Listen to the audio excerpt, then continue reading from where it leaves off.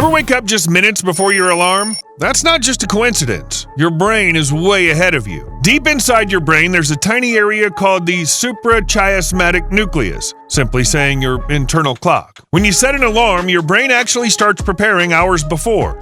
It gradually increases the level of stress hormones, getting your body ready to wake up. If this happens regularly, the brain gets so good at it that you start to wake up before the alarm rings. It's like your body saying, I got this, but if you don't get enough sleep, this trick won't work. So maybe your brain is smarter than you think. If only it could stop you from snoozing that alarm.